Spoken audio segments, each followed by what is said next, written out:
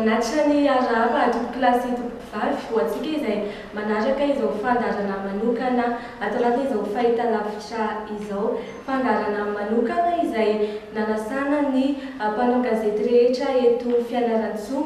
resadresaka ifanaovana amin'ny Andriamatoa Randriamampiona Joseph Martin izay anisany kandida hirotsaka ho fidiana filoham-pirenena amin'ity taona 2024 ity. Fifidianana filoham-pirenena izay ho tanterahana amin'ny fahafitony volana Novambra izao. Tsy ahivina fohifohy fa Andriamatoa Randriamampiona Joseph Martin moa dia efa ministry ny fiompiana teo aloha. Manotra ny fiarabanao anao toko Andriamampiona Joseph Martin nafantatra amin'ny anarana hoe Tadafarana. Dia faly miarabanareo mpanao gazety manatrika an'izao tinidinika izao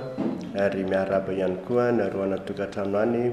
manaraka an'izao fandarana izao. Ny fandarana manokana iarahantsika eto moa dia iresadresahana mahakasika ny raharam-pirenena amin'ny ankapobeny sy ny tontolon'ny fifidianana. Isy ny fanontaniana izay apetraky ny mpanao gazety ao anatin'izay ary hitondran'Andriamatoa Randriamampiona Joseph Martin valiny dia manasanao ihany koa anaraka izao fandarana izao ohatra amin'ny farany. Omenan'Andriamatoa Randriamampiona Joseph Martin avy hatrany ary ny fitenenana. Arak'izay zany fantatritsika fa ny tenako dia kandida amin'ny fifidianana amin'ny farafitony volana Novambra amin'ity taona ity. Be dia be zany ny zavatra niseho nahatonga an'izay fanapahan-kevitra izay. Tamin'ny voalohany aloha ny tena raha mandinika ny moyen izay ilaina amin'izany fanaovana propagande izany fampelezan-kevitra dia ny salasala satria iarahantsika mahita amin'izao fotoana izao misy kandida tena mampiasa vola be, misy tena mampiasa hatrany amin'ny 100 000 ariary 100 miliyara. Raha ny tena zany raha hoe hifaninana amin'izany dia tena sahirana dia sahirana tokoa ary tena ny salasala hoe tianao. Fa rehefa tena nandinika indray nefa hoe raha ohatra zany tsy mirotsaka ny tena dia mbola toy izao foana zany ny fiainana eto Madagasikara. Dia nanapa-kevitra ihany tamin'ny farany hoe aleo hirotsaka na dia tsy dia manana moyen be dia be ohatran'ireny kandida izay efa filoham-pirenena na efa prime ministre toy ihany koa ireo kandida ministra namana izay zalaizany hoe manam-bola dia manam-bola ihany koa. Dia nandinika hoe satria iarahantsika malala fa 20 taona sao tsika no nahazo fahaleovantena. Raha tsy teny afa-tsy ireo mpitondra farany telo farany 90 taona zany. Raha nandinika dia tsisy lalana vita akory teto Madagasikara, tsy ampy 10 kilometatra ny vita tao anatin'izay 90 taona zay. Ny lalana tokony atao eto Madagasikara nefa raha lalana fotsiny resaha satria ny lalana no fototry ny fampandrosoana. Raha tsisy ny lalana tsisy zavatra azo atao mihitsy amin'ny firenena anankiray. 10 kilometatra ny vita tao anatin'ny 90 taona. Eto misy distrika 70 raha ireo lalana amin'ny route nationale mampitohy an'ireo distrika 70 ireo fotsiny dia manodidina ny 100 kilometatra. Raha izay rythme izay mpitondra anankitelo fandimby izay zany hoe 90 taona 10 kilometatra ny vita, 90 taona zany vao vita ireo lalan'ireo. Nefa ao anatin'izay 90 taona izay misy olombelona viavaka iainao anatin'izany taona izany. Fa ao anatin'izay koa nefa ny fahasimbana ny usure zany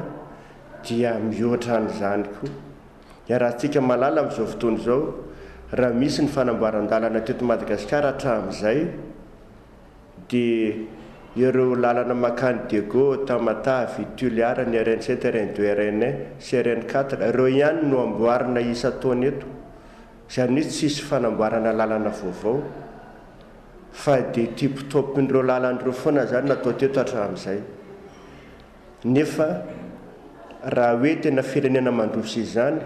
dia tokony ho vita hatrany amin'ireny commune ambanivohitra ireny ny lalana. satria any ny tena misy ny vahoaka any ny tena misy ny vahoaka 20 isan-jato. Raha misy commune manodidina ny 700 eto Madagasikara, raha tiana ho vita ny lalana any ary tokony ho vita ny lalana makany dia raha ataontsika moyenne hoe 70 kilometatra ny lalana makamy commune anankiray, satria misy zao 20 kilometatra 100 kilometatra 20 kilometatra miala avy amin'le district ny lalana makany amin'le commune. Raha ataontsika moyenne 70 kilometatra zany raha ataony ka tsotsotra dia any ho any amin'ny 2,7 kilometatra 72 kilometra zany lalana tokony atao eto Madagasikara raha tena hoe firenena tena mandroso isika. Miampy ny 2,000 kilometatra zay dia 2,9 kilometatra. Betsaka koa nefa ny lalana zay tena tsy mbola mi-existe mihitsy amin'izao fotoana izao nefa tena ilaina, ohatra fotsiny hoe fandriana somary lambo zay toerana mifanakaiky tokony lalana 100 kilometatra nefa dia voatery mihodina makany Ambositra, Antsirabe, Antananarivo, Moramanga zay vao misy lalana mivoaka makany Marolambo, efa mandeha hatrany amin'ny 500 kilometatra ary tsy vitsy ny lalana toy izany sahaby hoe maro Antsetra sy Mandritsara ohatra tokony vitana hoe 100 kilometatra mahery nefa dia lalana tsy mi-existe mihitsy zany. Ambatona Zakamananaranoro be dia be zany lalana vaovao tokony foronina zay mbola tombanana eo amin'ny 2,000 kilometatra. Raha izay rehetrarehetra zay zany no atambatra lalana 2,000 kilometatra zany tokony atao eto Madagasikara. Nefa ireo mpitondra ireo hatramin'izay tsy mieritreritra mihitsy ny amboatra an'izany. Ikalamavona Zo district ry mainty rano reny chef lieu de région fa tsy mbola tafiditra ao anatin'ny programan'ireo mpitondra hatramin'izay zany. Zay zany nahatonga ny tena nijoro hoe tena mila refondation totale ty firenena ity dia mila mijoro. Zay rehetrarehetra zany io nefa tsy ny lalana ihany fa na ny trano fonenana, ny hôpitaly, ny sekoly. Fantatsika tsara fa efa tao anatin'izay 90 taona zay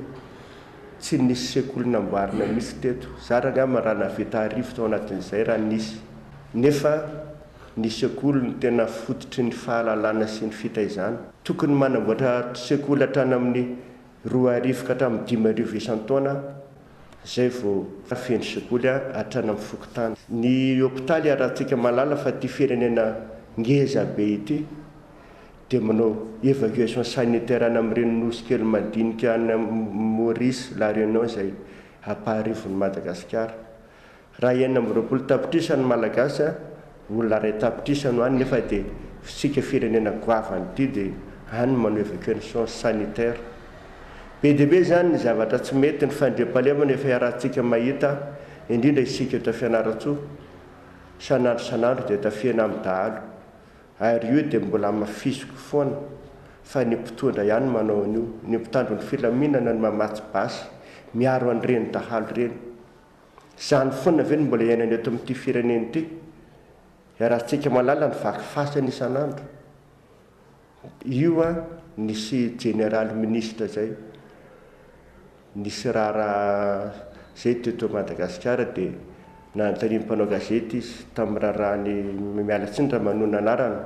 raharahan'ny député Irakotomanga hoe raha ohatra moa ka nitsoaka zany madame député tamin'izay fotoana izay dia ahoana, dia ozy le général ministre tamin'izay fotoana izay hoe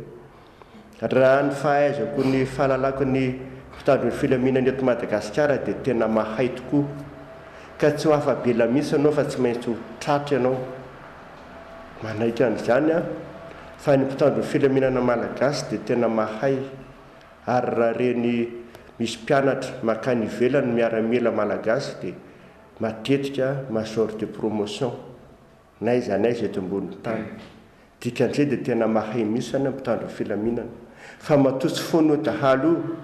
matotsy foana io fa famakina fasana sy kidnapping io dia ry zareo no manao an'io. Zay zany na mafisiko eto hoe aoka tsika avoaka malagasy sokafana ny saina. Isika tsy olona voaozina ka tsy maintsy hahatra ohatran'izao foana. mila manova pezy isika ohatra ny mpanao baolina any andafy any rehefa resy ny ekipa ray ohatra na mondial any rehefa resy ny ekipa inona no ataony mpitondra tonga dia soloina ny entraîneur na dia atao hoe faute-n'le joueur azy nandaka pénalité tsy nafaty efa ny résultat zany tsy tafavoaka dia ovana amin'izao fotoana izao misy candidat 9 maninona sika tsy maintsy hiverina amin'ireo anankitelo izay efa namotika an'ity fireneny ity nametraka sika amin'ny laharany mahatra indrindra eto ambonin'ny tany le plus pauvre du monde nefa ny firenentsika ao anatin'ny fahafito amin'ny firenena ny manana harena be indrindra eto ambonin'ny tany amin'izao fotoana izao dia eno fa misy volamena mivoaka eto 2 taona isan-kerinandro izany 2 taona isan-kerinandro zany ane 1000 milliards ao anatin'ny herintaona zany 52 000 milliards ny valeur ny volamena mivoaka eto raha namboaran-dalana ane zany mavitatrany amin'ny 9 kilometatra na 100 kilometatra isan-taona ny budgetsika budget propre atsika fotsiny amin'izao tsika vahoaka malagasy mahanta izao vola miditra amin'ny etra alohan'ny vahoaka malagasy efa 2,1 milliards ariary ny 5 milliards amin'izay fotsiny ny vola lany amin'ny fampandehanan-draharaha sy ny karaman'ny-piasa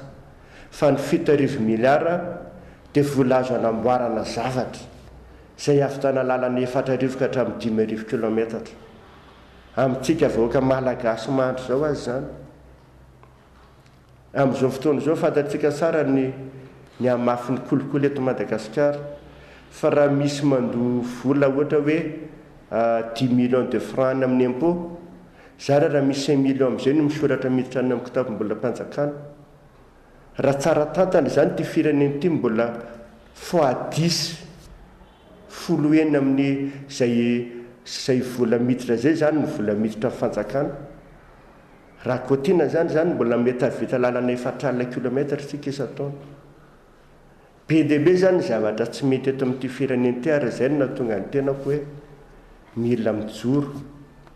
raha ohatra moa tafapakana vahoaka zany afatra zany fanazavana zany ka mifidy anany ny olona ohatra dia mihona fa tafavoaka ity fireneny ity raha ohatra moa ka mbola tsy tafapakana zany dia zay zany netretiko hoe afaka ditra fa zay no natonga na mijoro ilatsaka na dia atao hoe tsy manana moyen BDB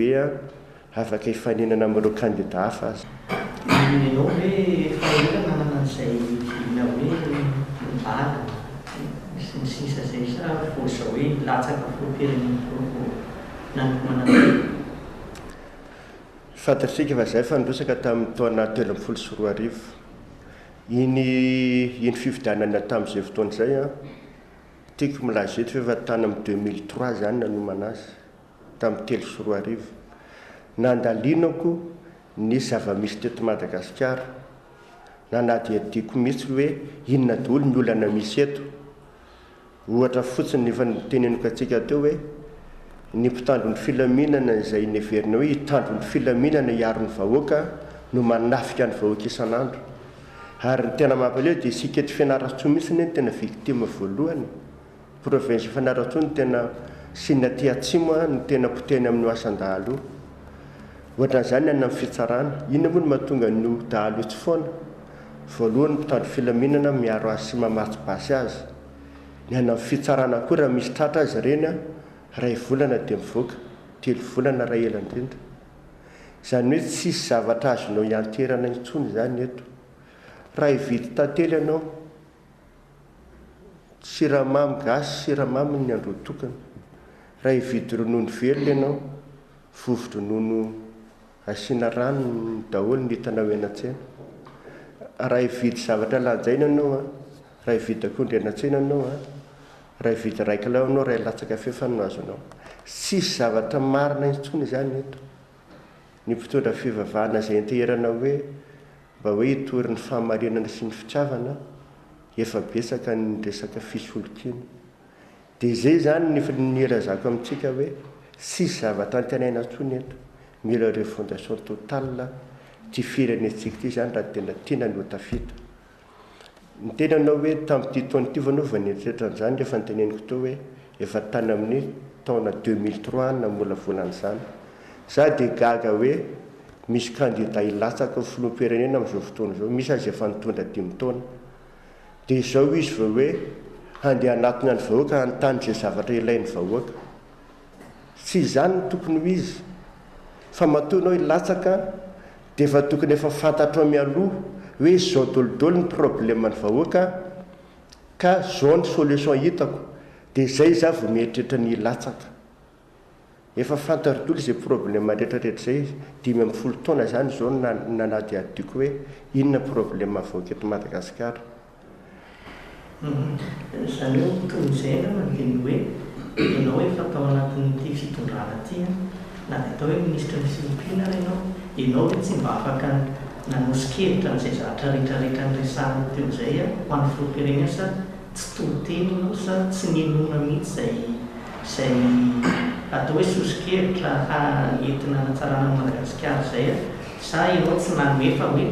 aleo miany hoe ny candidat zany ohatrany hoe miany rehefa ho avy ny fifidianana filoham-pirenena izay vao milaza ny zavatra tsy mety rehetrarehetra fa rehefa tao anatiny dia mangina aloha hoe niaraka tao dia tsy miteny hoe misy tsy fandre-pahalemana misy alatra misy an'izao fa rehefa miaro foana dia lasa hoe fomba fanaon'ny candidat ilatsaka zany izy dia zay no mahatonga tsara mihitsy le fanontanianao tao anatin'ny gouvernement dia tsy nitsahatra ny teny azy zany ny vahaolana ohatra fotsiny reny hoe fanotofana tany ao Antananarivo ohatra ny hoe crime mihitsy zany ao Antananarivo zay ny voiziny rehetrarehetra hoe crime zany hoe manototra tany zany ny teny an'izany atao hoe nahoana moa no tsy avela nototra ny tany ny olona anankiray raha ianao zao ny manana tanimbary ohatra dia tianao vana zavatra fa ny activité-nao ohatra hoe anamboatra trano ianao dia tsy avelanao trano ianao satria hoe tsy azo totofana le taninao nefa taninao amin'izao fotoana izao zay sahala amin'ny hoe crime mihitsy ao Antananarivo fa ny teny mihitsy atao hoe anjaran'ny gouvernement ny mametraka manao kanalindrano anaovana évacuation ny rano fa tsy ny tanin'olona ny toeranao tsy azo totofana tsy ho azonao ampiasaina ny teny atao tamin'ny voalohany hoe mila ovana mihitsy ny lalàna satria zao ma ny lalàna amin'izao fotoana izao dia zao raha misy mpanendaka tratra eo Analakely na Antsotry dia hoentina na fitsarana iny tonga na fitsarana iny mandeha juge d'instruction fotsiny dia MD ohatra MD any izy tababolana maraba tonga izay tababolana izay mangataka LP izy afaka mahazo LP izy ny fitsarana mbola tsy mandeha inona moa ny problème raha ohatra ka ovana mihitsy zany procédure ny lalàna zany hoe rehefa misy mpanendaka tratra tonga dia misy lalàna mifandraika amin'iny hoe migatra 5 taona dia tonga dia tsaraina eo hoe tonga dia mivaly eo ny didy tsy azo anaovana appel fa iomena marge de manœuvre zany le mpanao ratsy ahafahany manao recours ahafahany manao kolikoly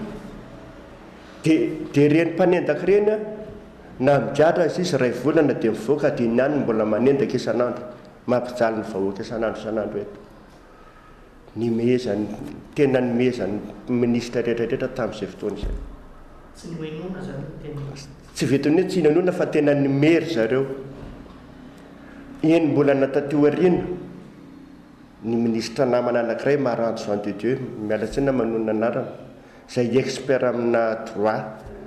efa nanana cursus BDB naveriny le resaka isika eo izy ny mehan-datafara izy ny tena niny lalàna iny fa tena marina iny ozy izy satria izy tena miaina anatin'ny fiarahamonina mety amin'ny problème fa tsy nisy ny tanterahana le izy ny ady momba no alatromby eo hoe maninona moa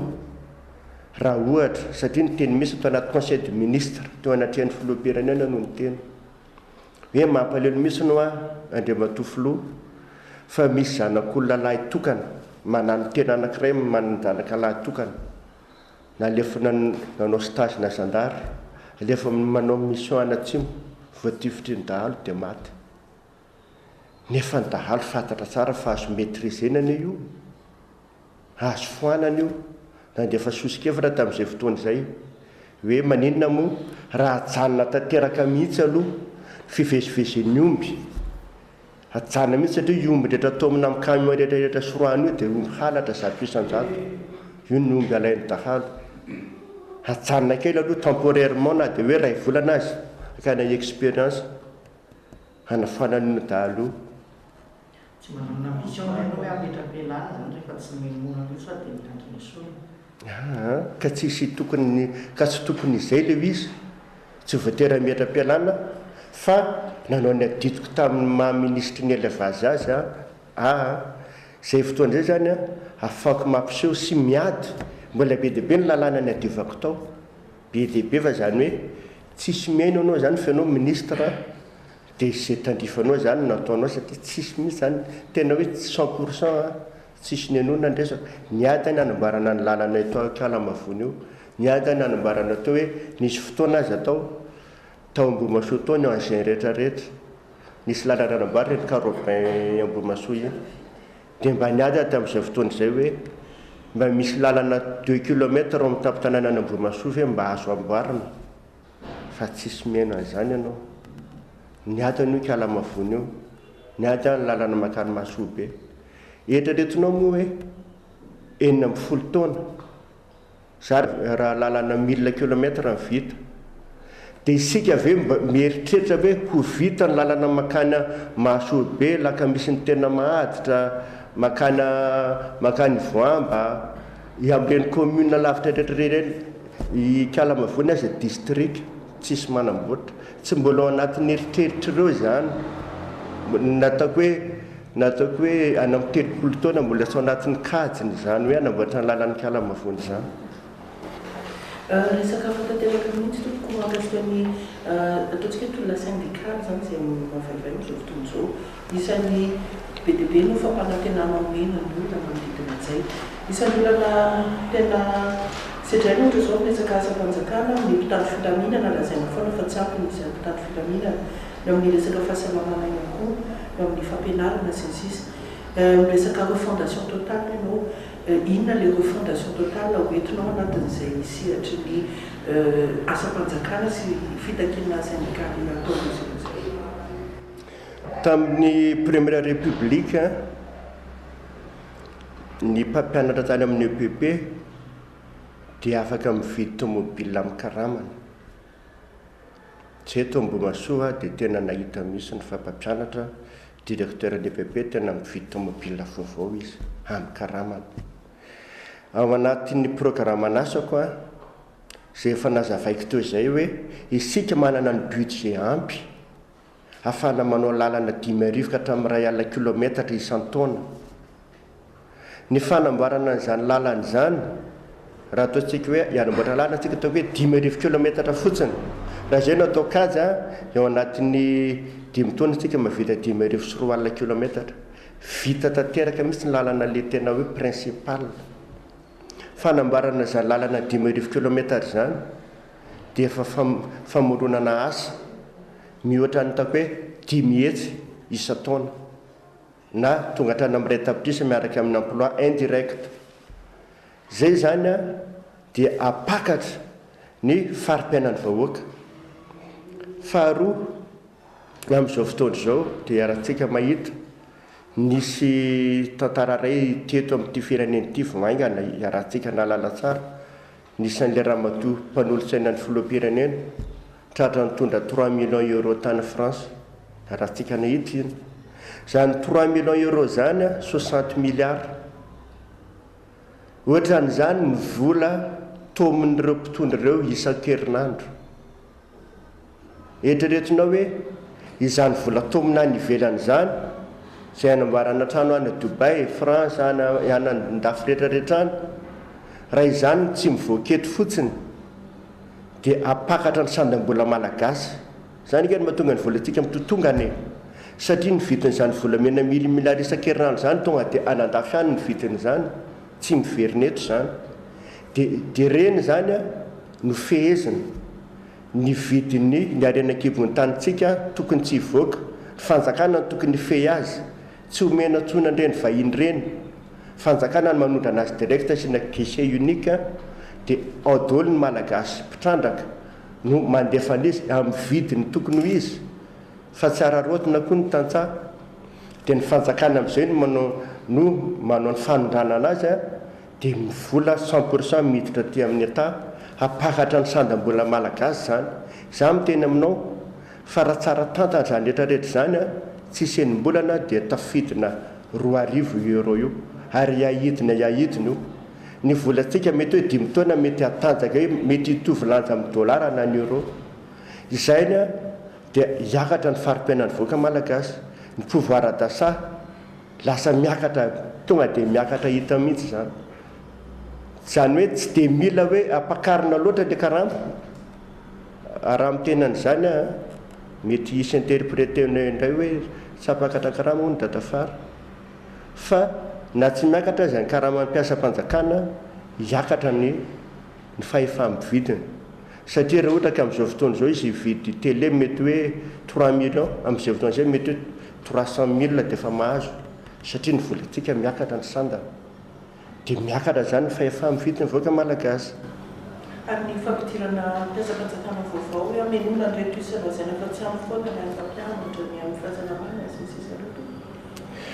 iny zany dia misy fanazavana ihany koa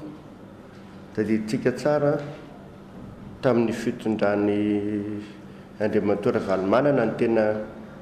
tena hoe nalaza zany hoe kit scolaire zany kit scolaire amin'izao fotoana izao koa zany mahay misy candidat anankiray candidat vaovao ny Rato Valomanana hitako tamin'ny télé laza hoe efa matra loatra izy ny vahoaka malagasy ka raha zany lany président dia tonga dia omena vola mihitsy nyreo vahoaka malagasy ireo tonga dia omena vola mihitsy zany le vahoaka mba hahafahany miainga amiko ny fitondrana firenena ny mpitondra ny fanjakana tsy natao hiatoka ny kit scolaire ny ankizy ny kit scolaire ny kitapo sy ny cahier dia anjarany ray aman-dreny ny miatoka ny zanany fa ny anjaran'ny fanjakana dia mametraka ny infrastructure ohatra hoe mametraka izy sekoly manara-penitra mametraka izy table banc any amin'ny sekoly manara-penitra mametraka izy mpampianatra tsara ofa na mpianatra an'ireo mpianatra ireo fa nandritra n'izay 10 taona zay tamin'ity fitondrana ity zao nandray hoe 4 alina latsaka mpampianatra 9 alina ny mpampianatra tokony ho raisiny eto raha zay 9 alina zay raha koa tina ny karama tokony nanakaramana an'izay dia tafakatra hatrany amin'ny 1500 milliards isan-taona zay tsy niraisin'le mpitondra tsy nataon'le adidiny amin'ny mahafanjakana azy hoe makapampianatra tsara ofana 1500 milliards isan-taona ny karamany ny fanamboarana sekoly sy ny table banc zay tokony any amin'ny 5000 milliards any tsy nataony zay fa inona nataony fitahana ny vahoaka mody mividy kit scolaire na 10 milliards izy fa le 5 milliards tokony ho adidiny tsy nataony zany hoe manome vola vahoaka zany zavatra tena hitako hoe fitakasilainga zany tsy possible mihitsy zany tsy anjaranao no anome volan'ny olana tokantrano anjarany no mikarama fa ny anao dia mametraka ny infrastructure hoe manamboatra lalana mba hahafahan'le olona mamoaka ny vokany any hahatsara ny farim-piainana zay zany nandraikitry ny mpitondra Andriamatora candidat miresaka refondation totale ianao ve raha tonga amin'ny fitondrana anova rafitra sa le fomba fitantanana no hoentinao anatin'ny fitondrana mba tonga zay hoe refondation totale zay miresaka fanamboarana lalana mantsy ianao manana olana ny vomboboaka tsy nizara-pahefana ty satria mivangongo any an-Antananarivo daholo ny fanapahan-kevitra na ny budget ampiasaina tena kely dia kely nampiasaina ty zay le fanontaniana hoe hanova rafitra ve ianao hanova constitution ve ianao ao anatin'izay hoe refondation totale zay rehefa tonga amin'ny fitondrana io zany dia miakina amin'ny olona tsirairay io nisy fotoana teto nanao ny nationalisation tamin'andro ny filoratsiraka dia izay zavatra rehetra nationalisena dia potika daholo ny orinasa dia za tamin'iza ministra nanangana ferme d'état ny objectifako tamin'izay fotoana izay hoe ametraka ferme d'état amin'ny district 70 hametrahana ny omby satria amin'izao fotoana izao ny omby eto amintsika dia manodidina ny 500 kilao ny ray raha natratra une tonne 10 kilao 20 kilao ny ombintsika teto taloha dia izay zany ny saika ho averiko hoe satria tamin'ny première république dia nisy ferme d'état tao Ambohimasoa ohatra tao Hialatsara nisy kosoa nahatratra 700 kilao nisy omby tena mahatratra hoe 700 kilao sy 10 kilao zay dia be dia be ny olona avy any ambanivohitra mandoaka omby sy kosoa mandalo alohan'ny tranonay hoe andeha hampanarahana any amin'ny ferme d'état ty zay zany ny saika ho averiko hoe apetraka le ferme d'état nanao émission tamina radio anankiray tao Antananarivo tapabolana zay dia nisy nametraka fantaniana hoe ianao ametraka ferme d'état fa rehefa ny zavatra no d'état io dia potika daholo dia hoy za hoe nametraka zay hoe ferme d'état tana Majunga nisy omby tao napetraka nisy kosoa efa 300 kilo nisy omby 500 kilo efa niteraka ireo hoe hianatsarana ny rasy ny omby sy ny kosoa tany amin'ny faritriny ondry sy osoko fa nandeha tsara ho fa voniala ho za dia marina tenao fa tonga dia potika tanteraka le izy ka io miankina amin'le gouvernant miankina amin'le mpitondra io rehefa le mpitondra ny mametraka ny règle sy ny fitsipika tsara tantana dia tsisy mihoatra ny fanjakana za mitena aminao fa Chine zao ny firenena première puissance mondiale fa nazy tena socialiste communiste azy any an-tany ankamaroany fa tsara tantana izy navita miracle économique lehibe indrindra sao eto ambony tany tao anatin'ny 30 ans tamin'ny taona 20 izy mbola nitovy tamin'ny Madagasikara amin'izao izy ny première puissance mondiale gaga anao raha ilazako hoe any Chine zany ny lalana tsy mba ohatrany atsika ty hoe ohatrany kalamavony zany moa dia efa tsy référence fa hoe ny atsika tany totofana goudron izy tsy vitatsika fa ny andro efa manao lalana tsy mba tany totofana goudron fa tetezana raha miala vety fianaratsoana anatananarivo dia tetezana nandehanana amin'izay ireo tsy tetezana hoe raha efa misy aty misy hatrany amin'ny 500 mètres misy tetezana any ambany tany mbola misy lalana mbola misy tanàna zany ny développement amin'izao fotoana izao vitatsika eto Madagasikara zany amin'ny arenatsika fotsiny raha honnête ny président fa eto tsisy mieritreritra an'izany ireo mpitondra ireo tsisy mieritreritra amboatra an'izany satria ny vahoaka tsy mahafantatra collision marin no ataony filoha anankiray mandritra ny 5 taona dia miteka ny malagasy hoe navita collision marin zany hoe 50 taona zany collision mafolo ny viteto tsisy lalana na 1 kilometatra azy collision mafolo ve ao anatin'ny 5 taona zany fe ny développement nefa 50 taona zany nefa ny olona efa tobile efa mandeha tsisy chauffeur afaka 10 taona zany dia fa izy hoe tomobile tsy chauffeur fa tonga dia mikitika bouton mandano makaria makombo masoa avaratsena tonga dia tonga any tomobile tsisy mpitondra zany ny olona zany nefa heritreritra ny atsika na ny sakafo hanina azy mbola problème eto Madagasikara anao resaka mahakasika ny fondation totale de Madagascar ty amin'ny tapany atsimo manokana atsika dia anao hita hoe candidat avy ety amin'ny tapany atsimo anao ve ao anatin'le vidinanao ve mahakasika le tapany atsimo satria matetika mandeha foana ny ambediny resaka hatramin'izay hoe natao fakana vady foana fianaratsoa natao zanakialavo fianaratsoa izany hoe natao ampitondra izay tonga avy eo zany dia natao hanosika fotsiny fianaratsoa moa ve anao manana hoe tetika asa mba handresenao lahatra ny vahoaka aty hoe tsy ho voafitaka intsony satria taraiky be izay mifampandrosoana amin'ny hoe manilatsaka io aloha zany anjaran'ny vahoaka ny misafidy raha dia ataoko hoe aza hoe tsy tasitsika resaka fiaviana fotsiny ohatra fa le zavatra ndresako tohatra amin'izay hoe ireo filoha efa nitondra teo ireo ny tsy mety hatra zanam-pandroso zany tetika asa fampandriana drisa no ataon'ireo ohatra fotsiny zao tamin'ny tetezamita dia hoe ny olona tsy maintsy manamboatra copie sy taratasy any amin'ny commune dia iny commune modiny lokolokoana sy ny réhabilitena. Izy tsy metretranao lalana satria ny lalana lafo be, 10 milliards de francs ray kilomètre, 5 milliards ny mora indrindra. Raha anao 100 kilomètre izany dia efa vola sy toko tsy forona zany lana amin'izay 1000 milliards. Dia mody le trano iny fotsiny lokolokoana, resaka commune nataony amin'izao fotoana izao indray nitetika dia hoe ny olona mivezivezy dia tsy maintsy mandalana amin'ny stationnement. Dia stationnement indray izao no atao tranotrano kely iareo mbola tsy budget mpanjakana nanaovana an'io fa ny karana sy ny sonoa ny terenanao an'ireny. Izany hoe le budgetsika tonga dia anapaosy ny mpitondra 90% fa tsy hanaovana développement hoe hanamboarana ny fiainan'ny vahoaka. Ka raha mitenanao hoe tsika tapany atsimo anjaran'ny vahoaka no mieritreritra ny vahoaka ny tapany atsimo hoe naninona moa tamin'ny première république Fianaratsoa ny province nandrosiny teto Madagasikara nanaraka n'Antananarivo. Profon'izany Fianaratsoa nanana ny FB voalohany, ny B numéro ny tomobile. Tamatavy nanaraka, mbola tateoriny Tamatavy vao nahazo AB.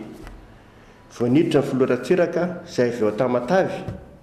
dia Tamatavy izao ny voalohany hatramin'izao. Ary Fianaratsoa efa taraiky be amin'ny fananana tomobile. Izany hoe recul be zany taty atsimo ary Toliara ny farany. Satria tsika tsy nanana président mba nijery. Satria ireo olona ireo samy mijery ny avy any aminy aloha ny ataony priorité. Fa maninona isika Fianaratsoa izay be mpifidy indrindra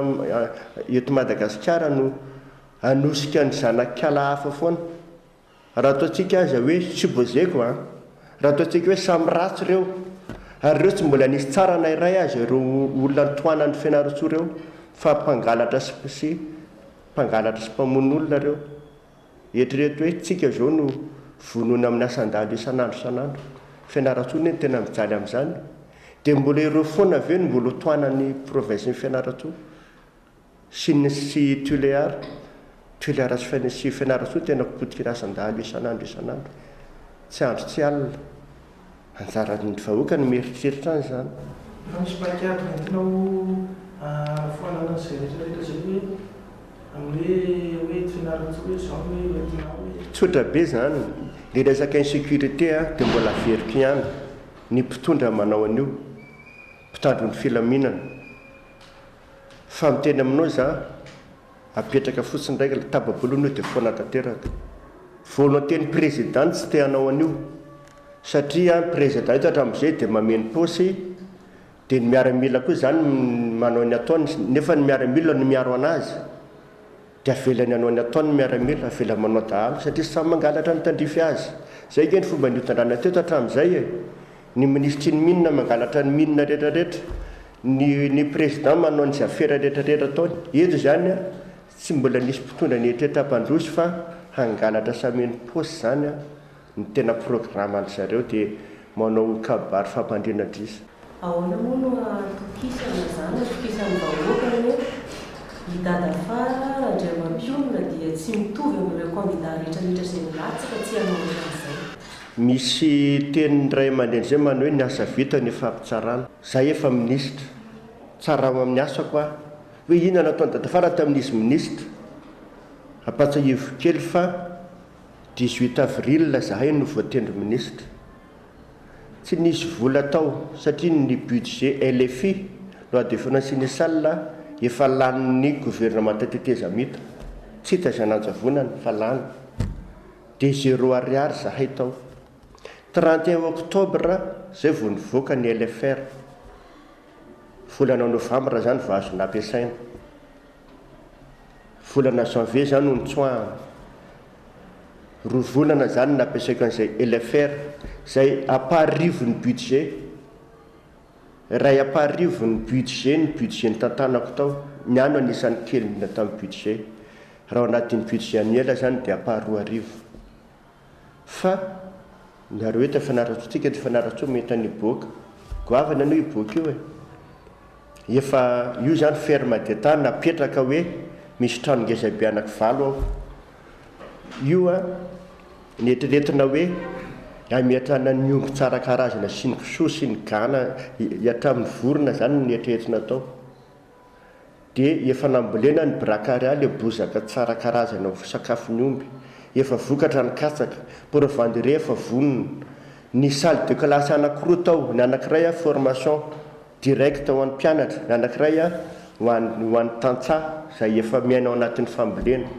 misy dortoir classement afaka aminao classement misy réfectoire atao manaram-penitra io efa vita tanteraka zany ny ala jirama sisa sy tafiditra 900 millions manapiditra ny jirama 770 millions fitaovana efa azo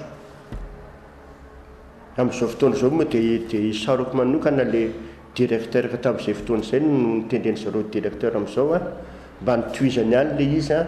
fa tsaraka netreretako anazy fa efa mba mandeha niareo tsara mihitany zany vola amina milliard lany tamin'io tana Mahajanga efa nandeha ny ferme réhabilitation ny bureau ny élevage nisy folo ny vita ny informatique 3 miaraka amin'ny imprimante hoe raha ohatra ka hiasa zany a dia ny condition ny mpiasa aloha natao tsara zay no anaovana réhabilitation reny bureau reny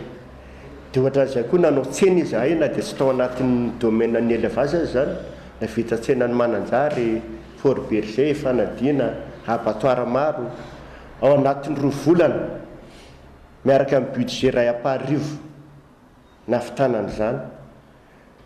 tiako atenena aminareo ohatra fotsiny koa azy atao ny ministra rehetra izay ny fandimby tao dia samy mitondra tomobile nody daholo samy mitondra tomobile ray na 2 mody dia tsy nisy tomobile nampiasaina ministra tao tsisy voatorana na fonction ministra dia ozy ny ministra namana hoe maninona raha mba mividy dia ozy koa ny PM tamin'izay fotoana izay hoe mividiananao ary V8 tomobile izay vidinao V8 moa zany ny tomobile fanao ministra dia nietrehitra hoe 2 milliards ny vidina V8 anankiray raha 2 milliards zay mbola afitako manao réhabilitation na bureau na ferme d'état anankiray dia tsy nividy a mbola azoko natao ihany koa nefany ny hoe nampiasaiko ny tomobiliko dia nampanofaiko 2 millions na 3 millions par jour zay ihany ny ministra manao siny anazy fa mbola nietrehitra anao hoe sitranay vola hanaovana zavatra ny ministra rehetra teo a samy mitondra ny fanaka daholo satria ministra rehefa tonga amin'ny toerana dia manana droit izy a hanovany fanaka amin'ny bureau dia samy mitondra ny fanaka mody dolodolo ny ministra rehetrarehetra zareo tsy mitondra an'izany hoe io volan'ny fanjakana ny fidarana an'io zay zany ny teneniko anao hoe anjaran'ny vahoaka no mitsara fa misy neny mampanantena pokaty fa tsara ao amin'ny asan'le olona hoe inona nataonao taminao ministra zay zavatra nataoko tao anjarany tsara ray no mitsara dia batao candidat ianao niteny teo hoe nisalasala tany am-piatombona satria amresaka moyen misy tena manana gros moyen zany fifidianana ity matonao ny latsaka vonona zany sedran'izay ny candidat efa misy lasa lavitra ny fampelezan-kevitra amin'izao fotoana izao efa mitety faritra era Madagasikara ianao to tsy manao le fitetezam-paritra mamory vahoaka etseroa inona ny tena stratégie satria zava-misy zany andriamato candidat tatafara ny olona zany ny zava-misy ataon'ny candidat dia misy ny candidat mividy olona mampiasa vola mividy olona sy ny sisa mampiasa ny fahefam-panjakana sy ny sisa ianao nefa ty zao mbola hito hatramin'izao manana stratégie ve ianao a hiatrehana n'izany rehetrarehetra zany satria tena atokoavana zany raha ny fahitako ny zavatra ataonao andriamato tatafara ariky ny tegna taminao teo hoe ny salasala zany raha ny moyen zany aloha dia tsorina fa tsy havety ohatran'irena zany fa ndraisiko adidy zany ty filatsahany ity adidy hoe raha tena tsy milatsaka dia ohatrany hoe mitaza-potsiny le vahoaka hoe aloha potika eto ny vahoaka mbola veriko foana zoany malagasy ny miainao anatina confort ohatran'ny olona rehetra eto ambonin'ny tany ny olona any amin'ny commune tokony hisy lalana goudron makany aminy tokony mipetraka amin'ny trano tsara tare izy raha ohatra eo anatin'ny projet ny zany hoe hianamboatra trano a 50 000 azavaiko ny vahoaka ny programme hoe zao ny programme raha vidiny vahoaka arabasoa arabatsara ary azoko antoka fa Madagasikara no première puissance africaine ao anatin'ny 10 taona mitovy amin'ny Frantsa sy ny Européenne ao anatin'ny 10 taona farafahatarana rehefa tsy vidiny vahoaka moa afahana amin'le be t-shirt sy artiste izy no mifidy dia afaka didy ozy le fitenenany soratra ambazin'izay hoe manasa tana platy. Inona zany tompoko no tena lahara-pahamena ataonao tonga fitondrana? Efa voalasako tena alohany zany ny lalana aloha zany ny sécurité aloha voalohany satria ny sécurité zany ny zavatra tapabolana zany dia vita il suffit anao mety tsy vita tapabolana amin'ny fanovana lalàna angamba ny mety ho elaela satria ny mbola mila ny any amin'ny assemblée nationale ny valide anazy mbola misy procédure maromaro fa ny fanofanana an-dalo aloha dia azo atao eo zany io ny fantatra hoe ry le général manao an'io dahalo io ry ny colonel manao an'io fantatry ny rehetrarehetra ny zany fa jerena fotsiny.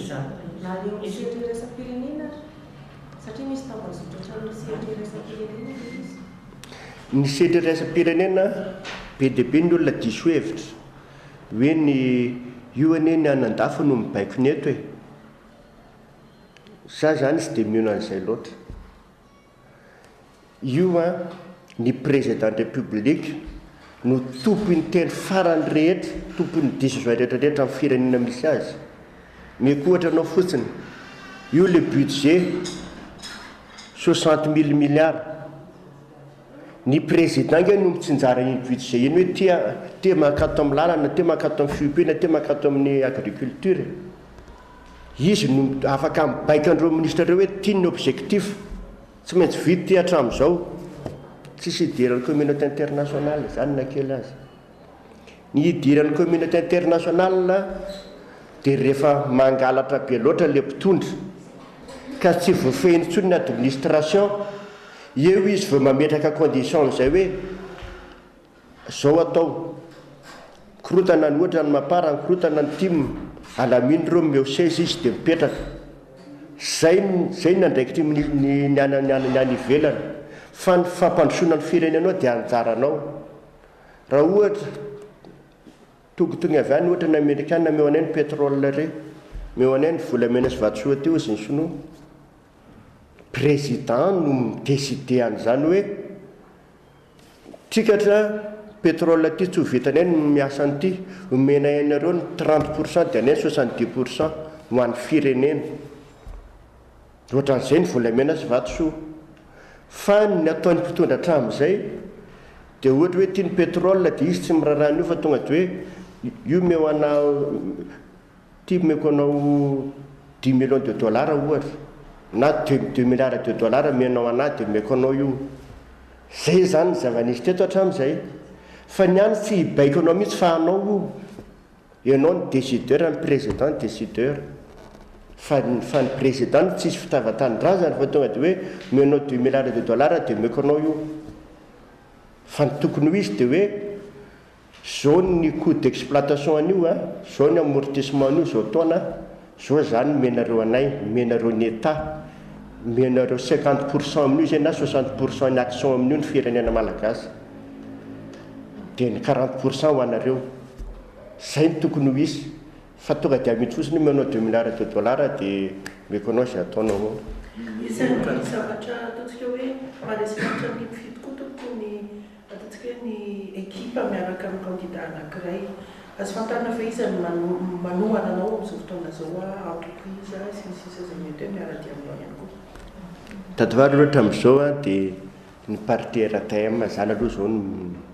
le parti anay ihany zany aloha hatreto ary dia miady rehetra aloha zany hatreto mbola tsisy manohana mihitsy. Kasika resaka fanohanana zay ianao ve candidat tafara tsy mitady mpanohana arabola tany amin'ny karana tany amin'ny frantsay sy ny sinoa za aloha mbola tsy nitady problème anie dia zao hoe matoy ny olona manohana anao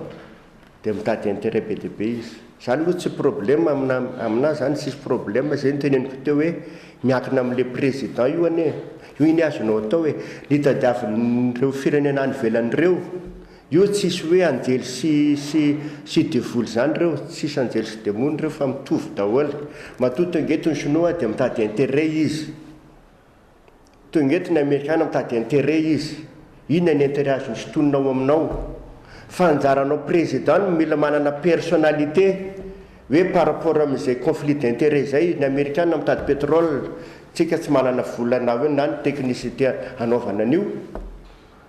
Dia zao ary ty mena ianareo ty pétrole ty ary io ary trandrao, fa zao ny firenenay kosa tsy maintsy tia ny menareo anay. Fa be dia be manko ny olona ny diso hevitra hoe io ve tsy sinoa indray no ambadika an'io, io ve tsy frantsay indray. Tetika tsy mbola nisy hoe sinoa sy frantsay hoe nanome gadoanao fotsiny zany, fa intérêt no any azy. Fanjaranao président no tokony hitsinjo ny intérêt ny firenen'ny vahoakanao ao anatin'izay conflit d'intérêt zay. Mety ho resinao hoe milamiraha ratsiraka satria raha ny filaharana zany dia ianao numéro 20 dia ratsiraka numéro 21. Mety ho resinao hoe dada fara andresan'ny dadabe. Io aloha zany za zany tsy afaka aminany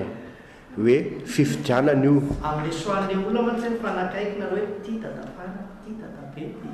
hoe ndray efa nitonga efa misy dada koa.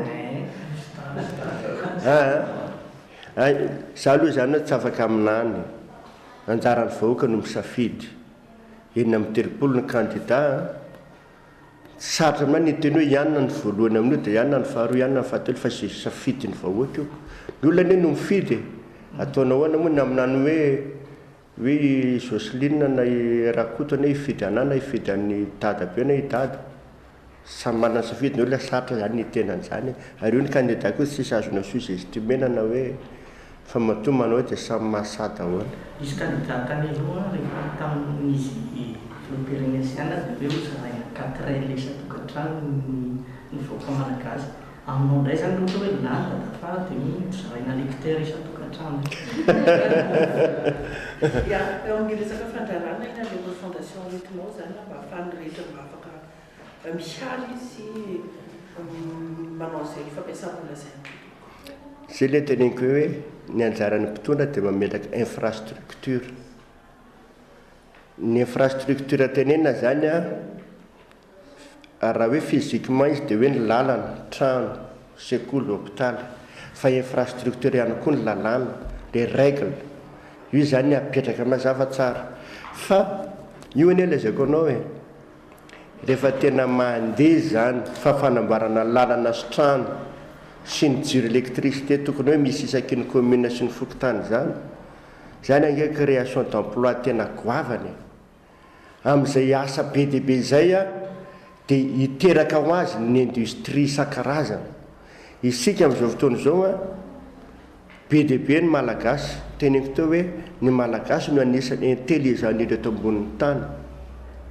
Misy formation atao any andafy any miaramila, malagasy ny major de promotion. Misy ny fianarana any amin'ny université any ivelany any, malagasy ny major de promotion. Ary betsaka ny malagasy miasa any amin'ny Airbus, any amin'ny NASA any Amerikany, any amin'ny centre de recherche maro isan-karazany any ivelany any.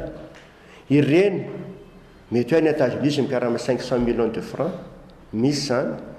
Any France any izy mety mikarama 300 millions na 200 millions. Afaratsika ireny manam-pahaizana rehetrarehetra ireny, za miteny aminao fa raha mikarama 500 millions izy any États-Unis, mety lanina amin'ny resaka statut social sy ny relation isan-karazany 200 millions amin'izay. Fikaraha tonga eto Madagasikara izy karamainao 200 millions na 250 millions noho ny fitiavan-tanindrazana, aleony mipetraka eto. Ho averintsika eto ireny manam-pahaizana ireny, ampiasaintsika ireny hanao ny recherche, amboarintsika eto ny tomobile, amboarintsika eto ny lecteur sy ny baffle.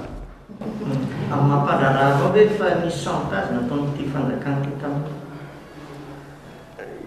Ny chantage aloha hoe direct hoe personnellement zany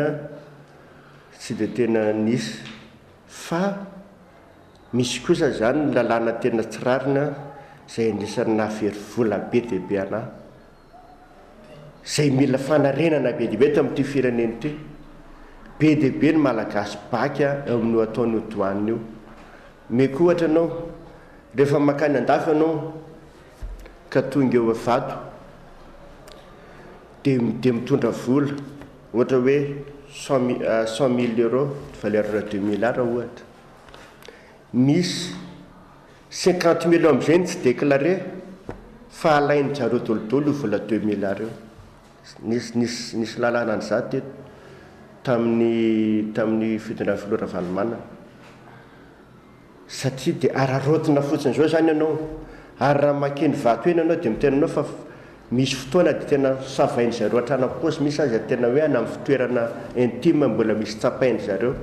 tadiavina mahendra raha dia izy tsy déclaré dia alaina ny volanao.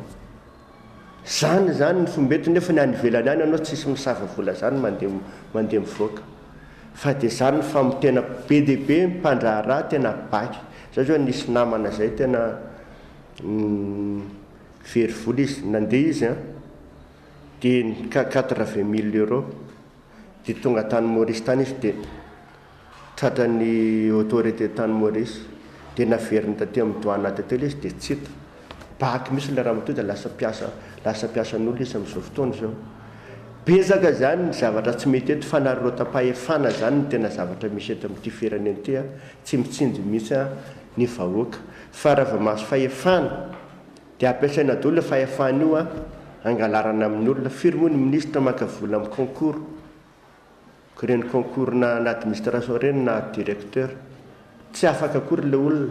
100 millions very. Zany ny zavatra iainana eto zany amin'izao fotoana zao. Raha jerena zany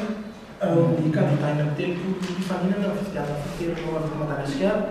ina zany tena hoe point fort mampiavaka anao, satria efa nisy nitondra tokoa tamin'io candidat eny amin'ny telopolo nefa ny Madagasikara eto foana. Izany hoe rehefa jerena ny eto amin'ny firenena ny mpitondra rehefa tonga vita ny mandany dia le vahoaka malagasy tsisy fiovana fa ny fiainany io, lasa hoe lasa miliardera manana an'izao zao izy. Izany hoe le fangalarana zany tena manapolitika antsika, ka raha tonga eo ary ianao dia azo lazaina rehefa tena hoe voafonina, satria raha ohatra izay koa ny ataonao dia ohatra izao foana ny firenena. Izany hoe le filalaovana politika zany tena manapolitika antsika amin'izao fotoana izao.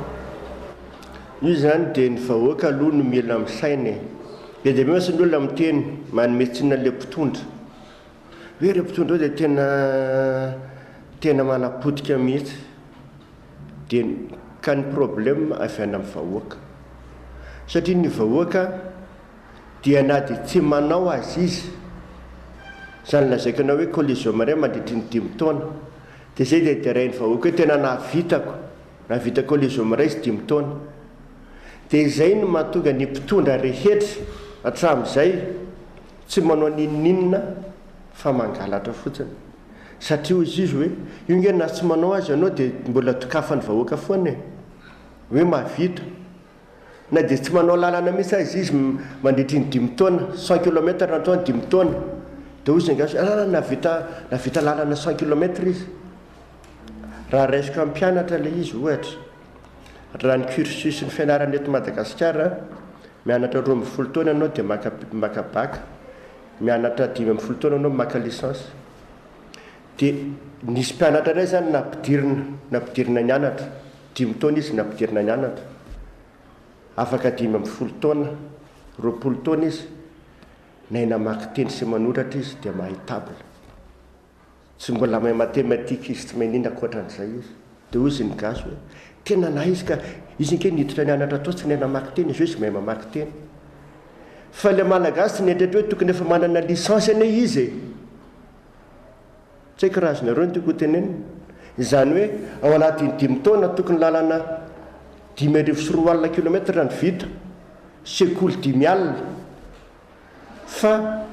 lalana 100 kilomètre natao ny dozy ny gasy hoe tena navita izy. Ny gasy zany le zavatra ray kely vita iny no ifaliny hitokafana le mpitondra, fa tsy mitaky an'le zavatra tokony ho vita izy.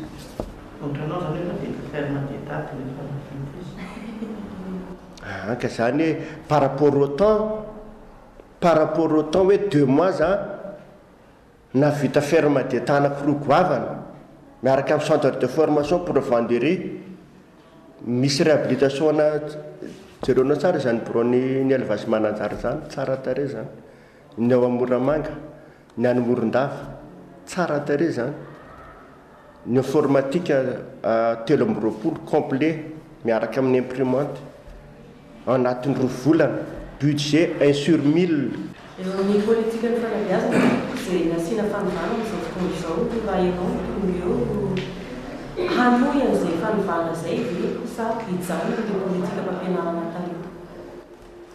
Ny politika ny fampianarana dia hita moa izany nanomboka tamin'ny 2e république nanaovana ny fanagasiana iny dia famotehana satria mahatsy betsaka zany ny mpitondra no mieritreritra hoe ary izay koa nanisany na tonga ny tamin'ny 3e république Flora Valomanana angambana izy tena tsy niambosy misy mpampianatra na dia ray azy na dia ny remplacement numérique azy tsy nanamboatra mihitsy izy sekoly satria mahatsy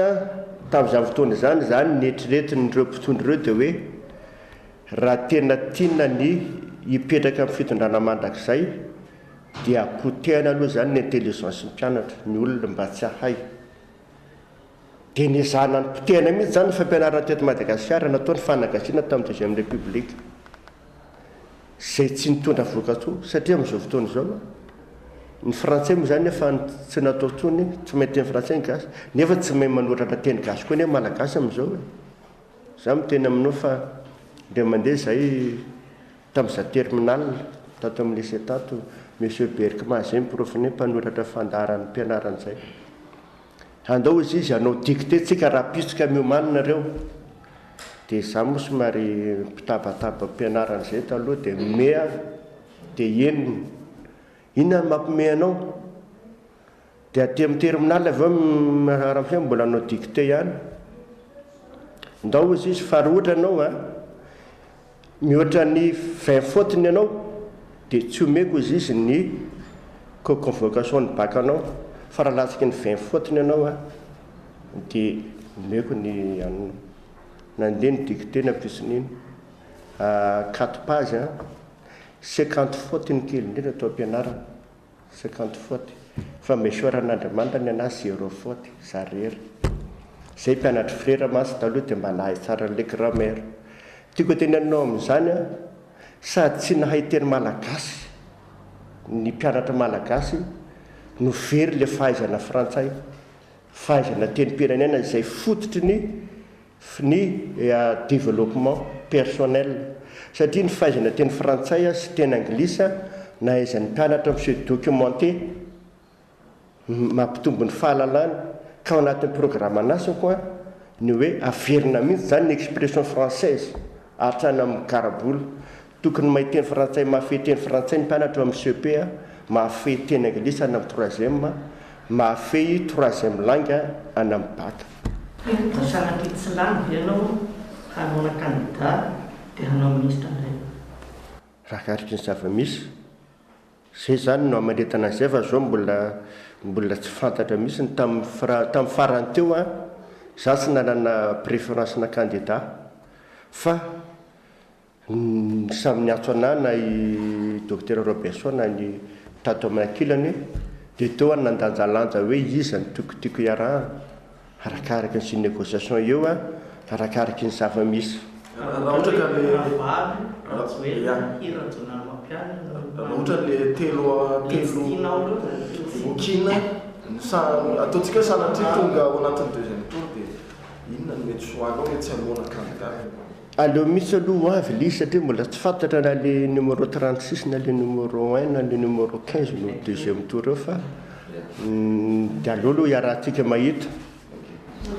eny toko tapitra sady ny fotoanantsika mbola maro ny fanontaniana ty napetraka nefa moa mandeha dia mandeha ny fotoana dia isaorana ianao nitondra ny fanazavana mikasika izay rehetrarehetra izay mikasika ny vina fampandrosoana sy ny laram-pamenao anao ihany koa ary ny antony ny safidiananao irotsaka hovidiana izay tsara hovidiana ao anatin'ny fotoana fohy mba hazava kokoa amin'ny mpijery sy ny mpiainotsika ireo rehetrarehetra ireo amin'ny sadrabetsakanareo mpanao gazety nanatrika n'ity fandaharany ity fa mba tiako teny farany ho an'ny vahoaka dia hoe sokafy ny sainatry vahoaka fa tsy tokony ohatran'izao ny fiainantsika eritrereto hoe tsy mbo vita mihitsy zany lalana makany amintsika any ambany vohitrany a raha mbola izao foana ny rythme ny développementsika ny fandriampahalemana dia ohatra n'izao foana hitaintaina isan'andro sika